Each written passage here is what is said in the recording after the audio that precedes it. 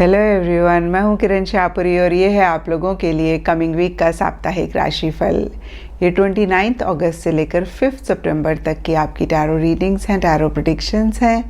और सबसे पहले, अगर अभी तक आपने इस चैनल को नहीं सब्सक्राइब किया तो प्लीज़ लाइक, शेयर और सब्सक्राइब करें।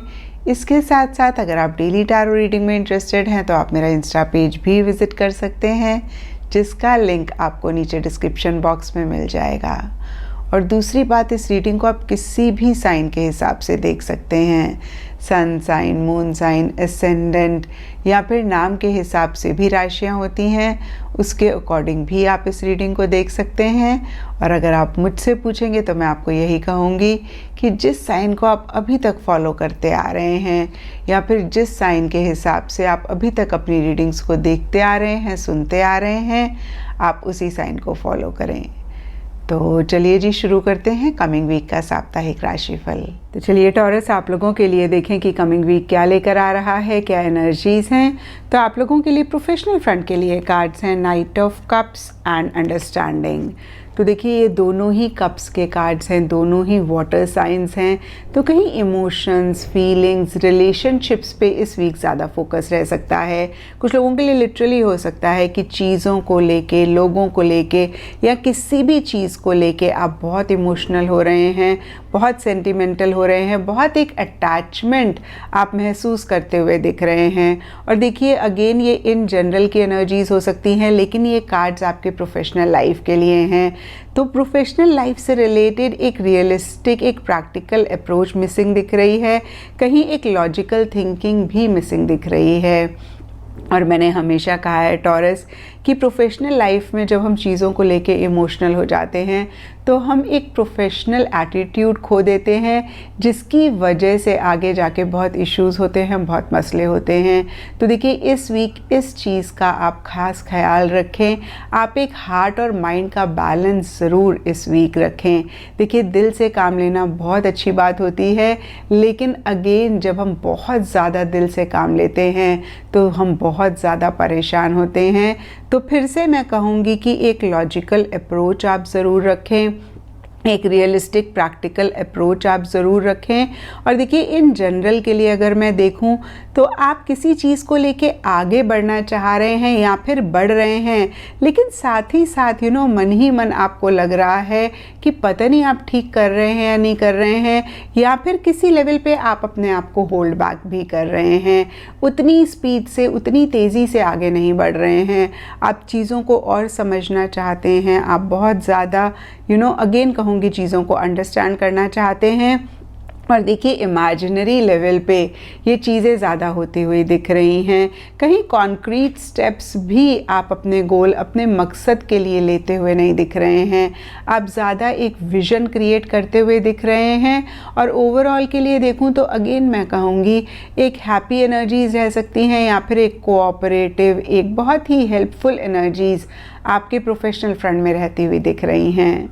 एंड पर्सनल फ्रंट के लिए आप लोगों के लिए कार्ड्स हैं 3 of wands and the outsider. तो देखिए, 3 ऑफ वॉन्ड्स का कार्ड कहीं वेटिंग एंड अलाउइंग वाली एनर्जीज़ की बात करता है। तो किसी चीज़ का किसी लेवल पे इंतज़ार टॉरस इस वीक आपको रह सकता है, क्योंकि ये जनरल रीडिंग है तो सबके लिए ये इंतज़ार, ये वेट डिफ़र कर सकती है। कुछ लोगों के लिए राइट टाइम का वेट हो सकता है, यानी कि आप कोई चीज़ करना चाह रहे हैं और आप सही समय का इंतज़ार कर रहे हैं। कुछ लोगों के लिए कोई फ़ोन कॉल हो सकती है, कोई मैसेज हो सकता है, कोई ईमेल हो सकती है। कुछ लोगों के लिए हो सकता है कि आप ट्रैवल करना चाह रहे हैं, उसी से ही रिलेटेड किसी चीज़ का वेट कर रहे हैं। देखिए, फिर से मैं कहूँगी कि किसी भी चीज़ का इंतज़ार आप करते हुए दिख रहे हैं। और मन ही मन के लिए देखिए, द आउटसाइडर का कार्ड कहता है एक रिजेक्शन, एक अकेलापन भी इस वीक आप महसूस करते हुए दिख रहे हैं। और यहाँ पे भी देखिए, सबके लिए डिफ़र कर सकता है।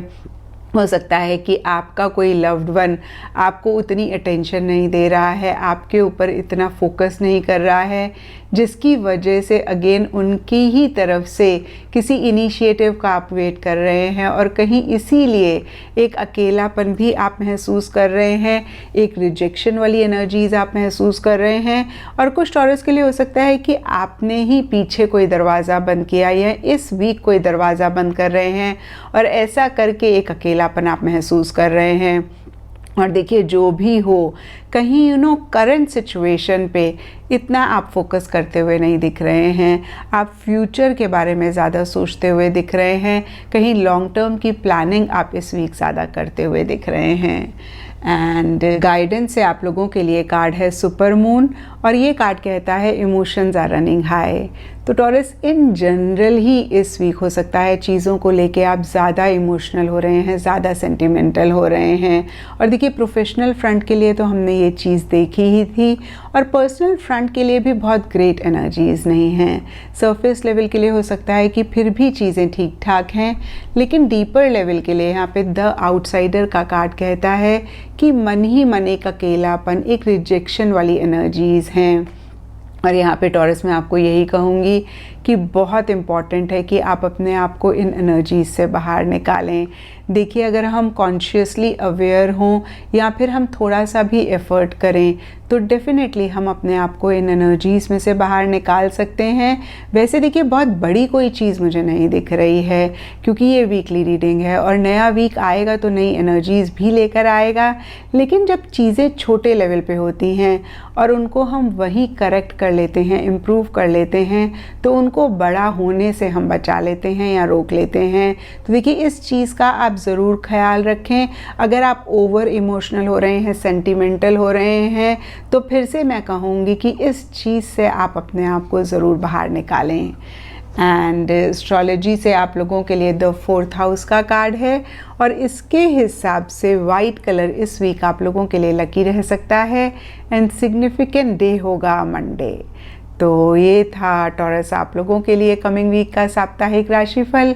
और नीचे मुझे कमेंट सेक्शन पे ज़रूर बताएं कि ये कितना आपके साथ रेजोनेट किया, कितना आप कनेक्ट कर पाए।